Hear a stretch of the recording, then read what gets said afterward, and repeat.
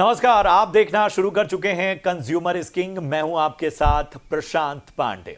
और आज आपको अंदाजा लग ही गया होगा कि हम दरअसल आपके वेतन की बात कर रहे हैं, सैलरी की बात कर रहे हैं, क्योंकि हाल ही में एऑन इंडिया के एक सर्वे में यह बात सामने आई है कि 2024 में जो इंक्रीमेंट है, तमाम चुनौतियों के बावजूद वो बेहतर रहने वाला है।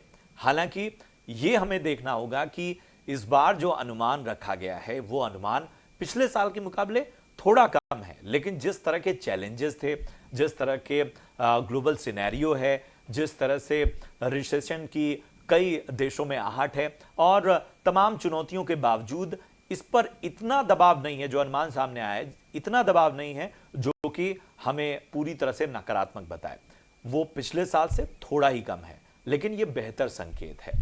बेहतर संकेत इस लिहाज से भी क्योंकि इस रिपोर्ट में यह भी कहा गया है कि टैलेंट को कंपनी में बनाए रखने के लिए कंपनियों की प्रतिबद्धता अब पहले से ज्यादा हो गई है।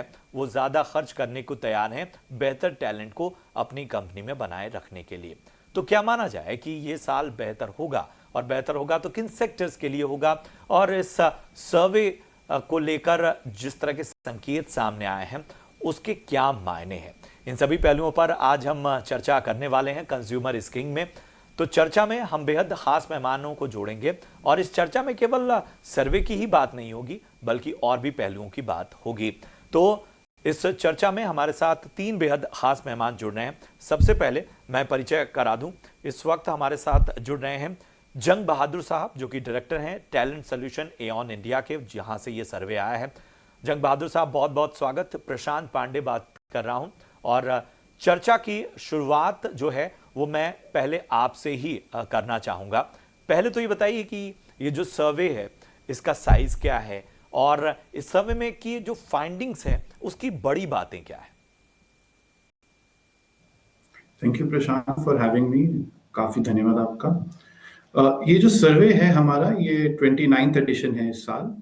ये सर्वे तकरीबन 1400 कंपनियों के अक्रॉस डेटा कलेक्ट किया है और इसके साथ साथ तकरीबन 45 सेक्टरों से भी हमने इसमें डेटा कलेक्ट किया है। जैसे कि आपने बताया कि इस साल का जो सैलरी इंक्रीज अनुमान है वो पिछले साल के मुकाबले थोड़ा कम है। पिछले साल तकरीबन 9.7% का हमने सैलरी इंक्रीज देखा था। इस साल वो नंबर थोड़ा घटकर 9.5% पे आके दिख रहा है।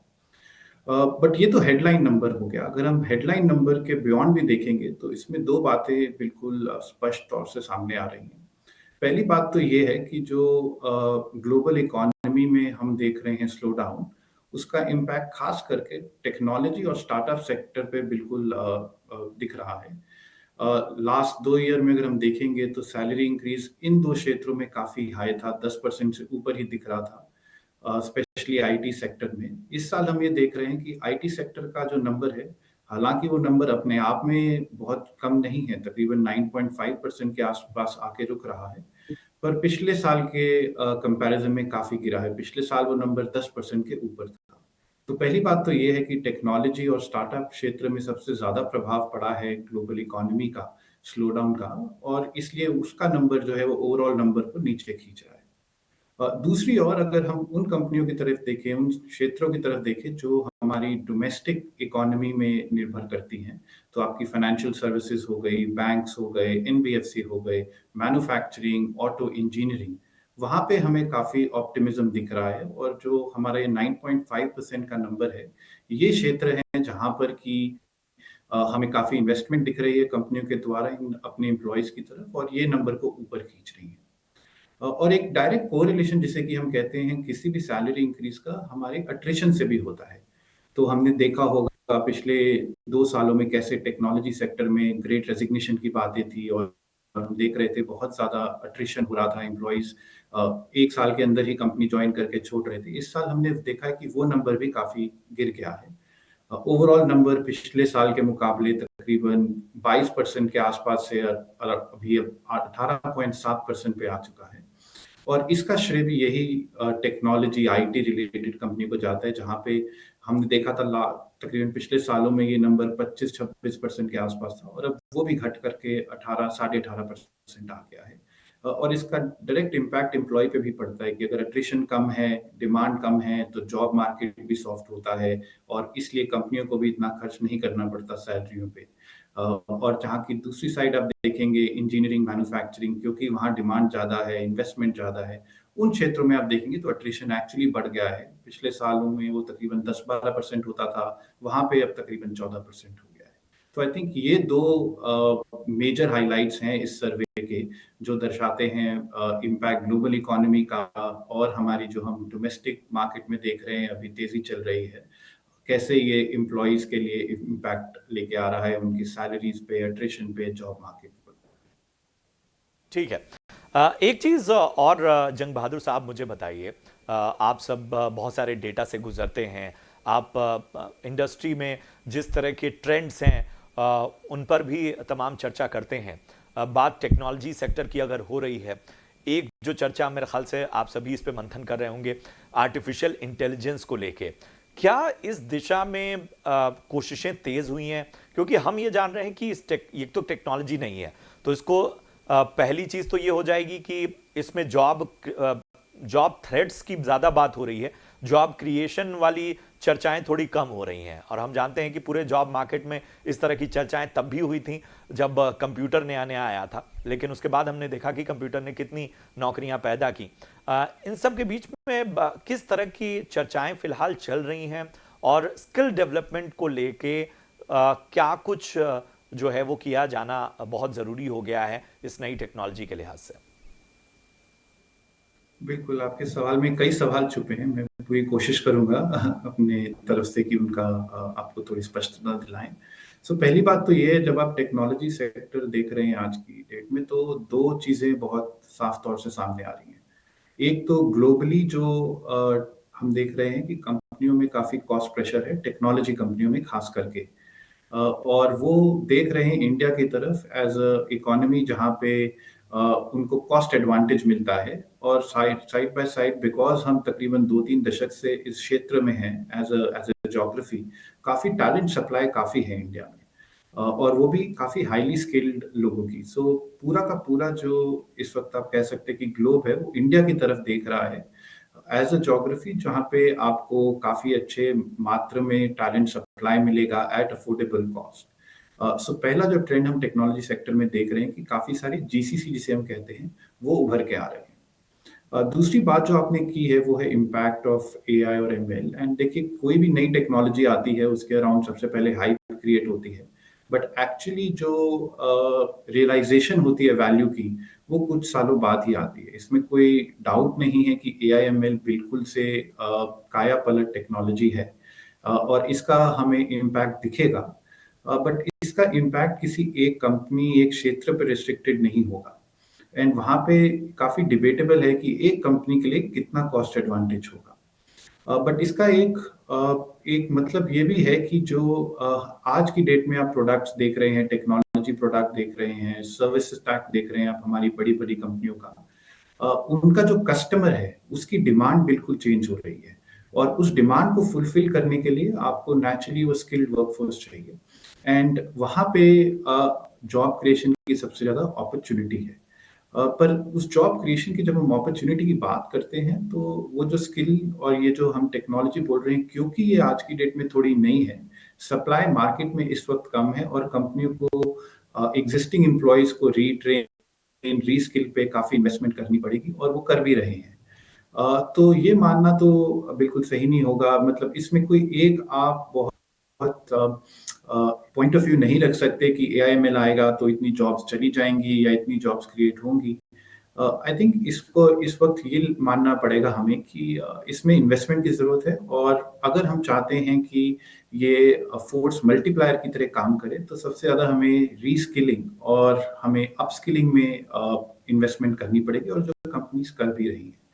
तो आई थिंक साफ तौर पे अगर हम इसको आसान से शब्दों में बोलें, तो आई थिंक इसके जो फायदे हैं एआईएमएल के, क्योंकि ये हमारा कॉस्ट पिरामिड बिल्कुल चेंज कर देगी, हमारा जो कस्टमर का एक्सपीरियंस है वो बिल्कुल चेंज हो जाएगा, तो इसकी अपॉर्चुनिटी इस पे बहुत हाई है। बट उस अपॉर्चुनिटी को रियलाइज करने के लिए इंडिया एज अ जोग्राफी या भारत एज देश के पास बहुत ही सुनहरा मौका है, गिवन दी टैलेंट सप्लाई और मेच्योरिटी ऑफ टैलेंट। पर उसको रियलाइज करने के लिए हमें भी उसकी तरफ काफी काम करना पड़ेगा। जो आज की डेट में वर्कफोर्स में एंटर हो रहे हैं एम्प्लॉयज, उनको एजाइल जिसे कहते हैं कि दे उनको अडेप्टेबल और एजाइल माइंडसेट से एंटर करना पड़ेगा, क्योंकि आज की डेट में टेक्नोलॉजी बहुत जल्दी चेंज होती है। तो अगर हम उस माइंडसेट से जाएंगे जहाँ पे कुछ भी फिक्स नहीं है, हम ओपन हैं न्यू आइडियाज के लिए, हम इन्वेस्ट कर रहे हैं रीस्किलिंग में, हम इन्वेस्ट कर रहे हैं अपस्किलिंग में, तभी हम AIML के पूरे फायदे रियलाइज कर पाएंगे। बिल्कुल बिल्कुल, तो ये बहुत ज़रूरी था समझना, क्योंकि ये इस तरह की जो चर्चाएं हैं उसको जो तमाम ये कंपनियां हैं और जिस तरह की इंडस्ट्री के जो ट्रेंड्स हैं वो इसे किस तरह से देख रहे हैं, तो उनको दोनों पहलुओं से जंग बहादुर जी ने आपके सामने रखा। बहुत बहुत शुक्रिया करेंगे जंग बहादुर साहब हमसे जुड़ने के लिए और अपना समय देने के लिए। हम जानते हैं कि ये जो समय है ये बड़ा कीमती है आप सभी के लिए, और बहुत सारे ट्रेंड्स आपको निकाल के लाने हैं, लोगों के सामने रखने हैं। बहुत बहुत धन्यवाद हमसे जुड़ने के लिए और अपना समय देने के लिए, तमाम पहलुओं पर बातचीत करने के लिए।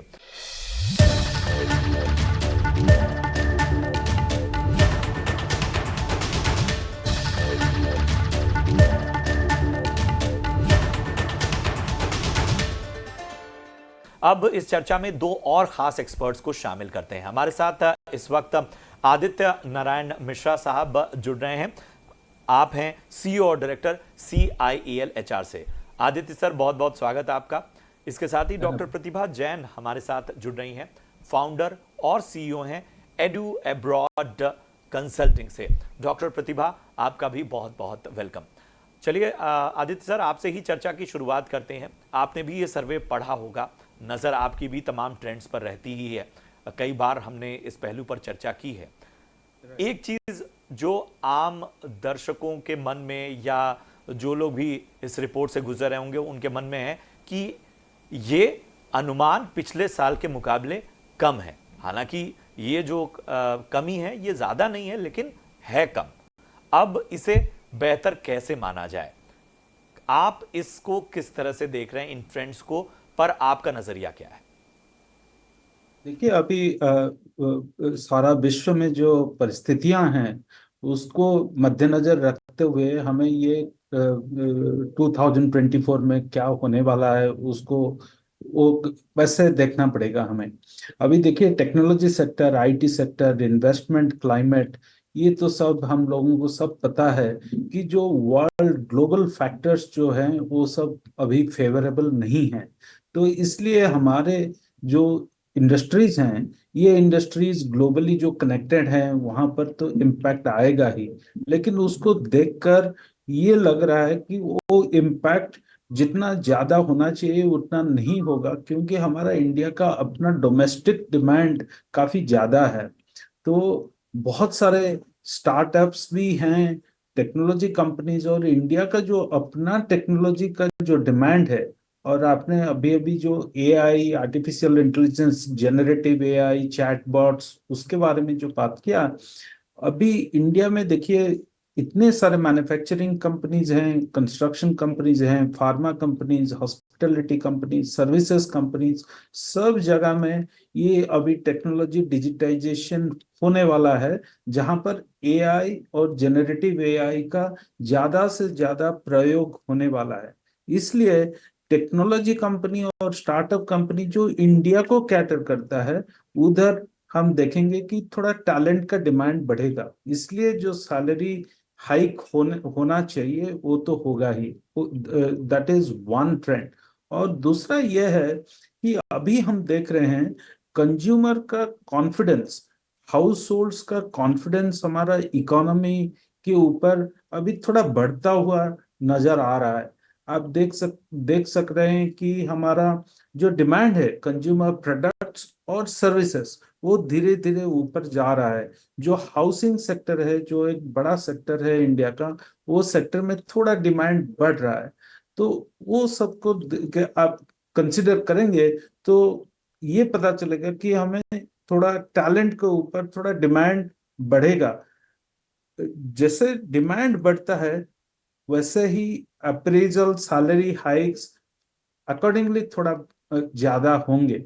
तो ये मेरा मानना है कि अभी जो इंडिया का जो स्टोरी है, ये दशक जो है वो इंडिया के लिए ही बना है ऐसा लग रहा है।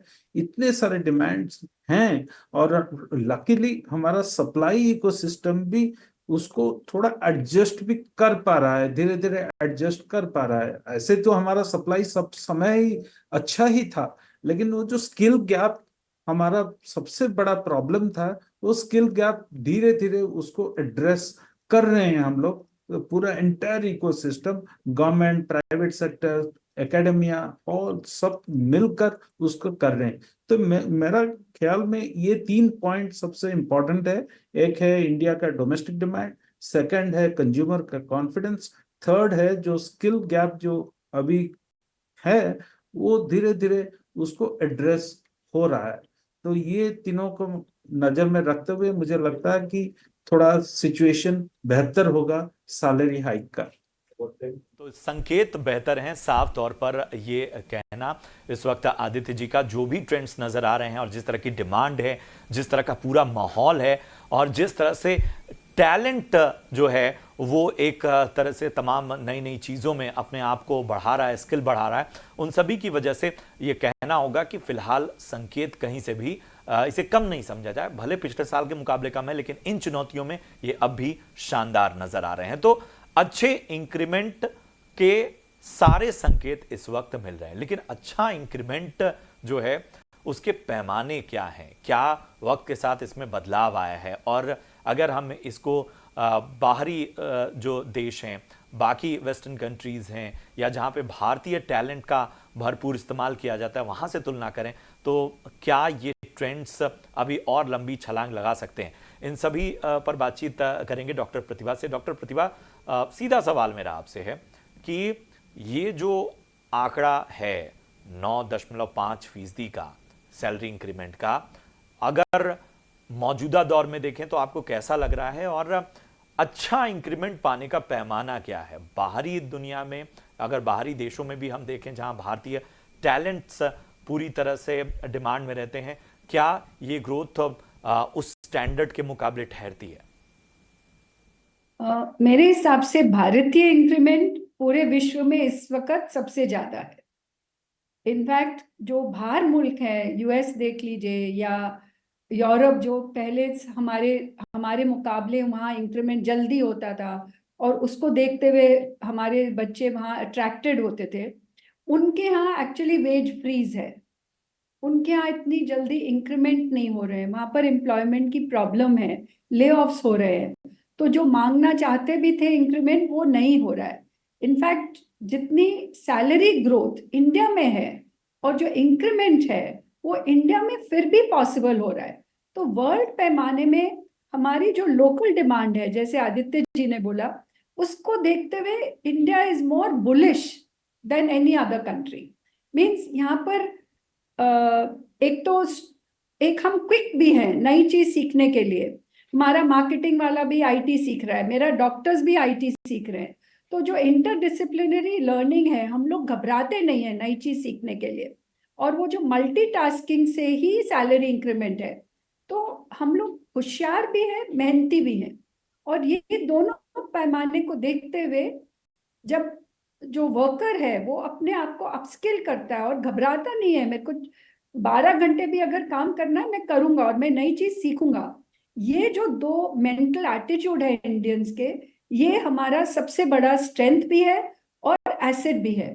और इसके लिए इंडिया में जो इंक्रीमेंट सैलरी है वो बढ़ेगी बढ़ेगी, क्योंकि हमारा आज इंडिया में बैठते हुए, मैं यहाँ बहुत आईएमसी वगैरह सब जगह जाती हूँ, इंडिया में बैठी इंडस्ट्री वर्ल्ड को सर्विस कर रही है। और जो हमारे कॉन्ट्रैक्ट्स आ रहे हैं, global India is now in India, and ये जो है ये बढ़ने ही वाला है।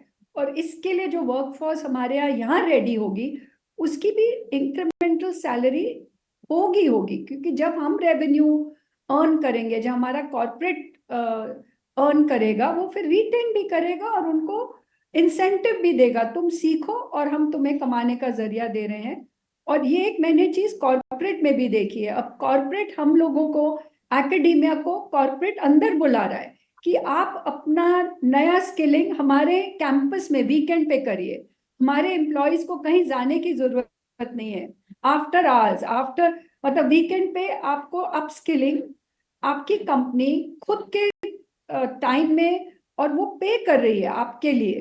तो ये जो एक नया चीज मैंने देखी है एजुकेशन के हिसाब से कि कॉर्पोरेट बोल रहा है मैं ही आप में इन्वेस्ट करूंगा, आप मेरे साथ टिके रहो, ये एक बहुत बड़ा लॉयल्टी भी फैक्टर है और एक सिक्योरिटी फैक्टर है।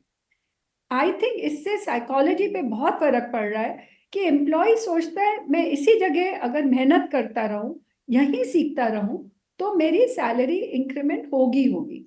तो ये दोनों तरफ से कॉर्पोरेट भी और एम्प्लॉयर भी, कॉर्पोरेट एम्प्लॉयर प्लस एम्प्लॉय दोनों मिलके जब काम कर रहे हैं अपस्किलिंग में, नई चीज सीखने में, उसका पूरे माहौल पे बहुत पॉजिटिव इन्फ्लुएंस है। बिल्कुल, बहुत अहम बात आपने कही और ये पॉजिटिविटी ही है कि इस तरह के आंकड़े सामने आ रहे हैं और साफ तौर पर ये बात स्पष्ट हो गई है कि जिस तरह की हमारे यहाँ टैलेंट की पूरी खान है, जिस तरह से नई चीज़ों को हम सीखने में हिचकते नहीं हैं, उन सभी का ये रिवॉर्ड है। आदित्य सर, मैं आपके पास आना चाहूँगा। अभी जो भी दर्शक हमें देख रहे होंगे, जो भी नौकरी पेशा लोग हैं, अब ज़माना बदल रहा है। अब इस बदलते दौर में आप लोग मेरे ख्याल से इन सब चीज़ों के बारे में भी टिप्स देते ही होंगे। अच्छा इंक्रीमेंट पाया कैसे जाए? कई बार लोग बहुत मेहनत करते हैं, अपने काम को बता नहीं पाते हैं, अपनी उपलब्धियों को शायद सही तरीके से सतह पे ला नहीं पाते, और इन सब चीज़ों में बार बार उनका ये होता है कि अच्छा इंक्रीमेंट, ये 9.5 वाला या इससे ऊपर का इंक्रीमेंट सबको तो मिलने वाला नहीं है, ये हम जानते हैं। कंपनी में हर कोई इसे नहीं हासिल करेगा।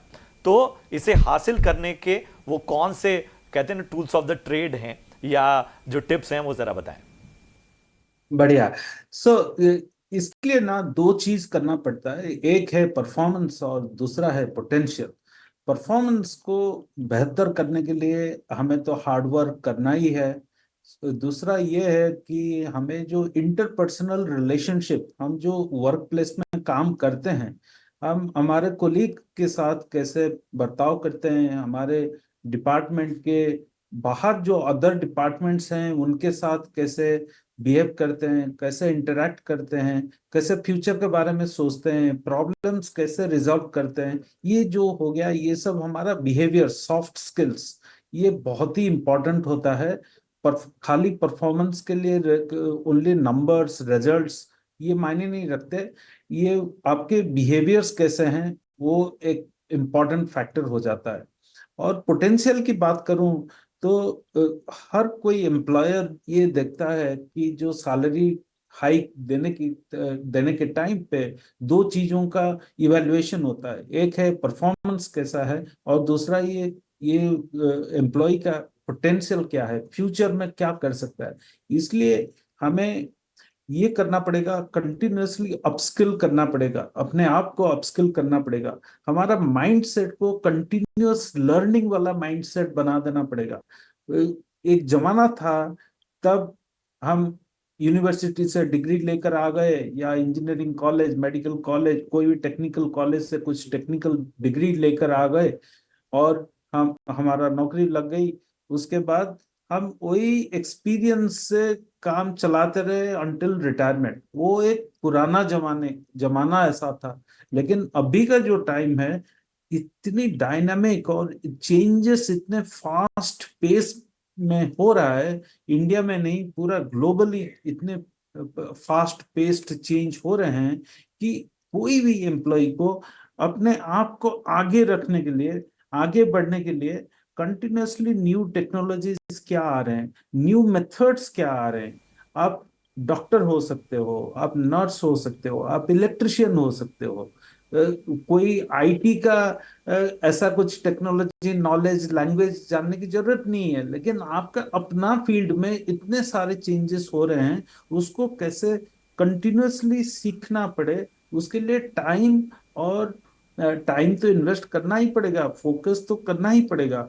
वो कुछ टाइम अलग करके रख कर उसको पढ़ना पड़ेगा, वो स्किल को बिल्कुल बिल्कुल, सीख अहम बात आपने कही है कि कुछ बेहतर पाने के लिए थोड़ा सा आपको अपनी भी बाउंड्रीज आगे बढ़ानी होगी और नए दौर में आपको उस तरह से इन्फॉर्म भी रहना होगा, अपडेट भी रहना होगा, ताकि आपको समझ में आए कि आखिर ट्रेंड्स किस ओर जा रहे हैं। मेरे पास समय कम है, आखिरी सवाल के साथ डॉक्टर प्रतिभा मैं आपके पास आना चाहूंगा।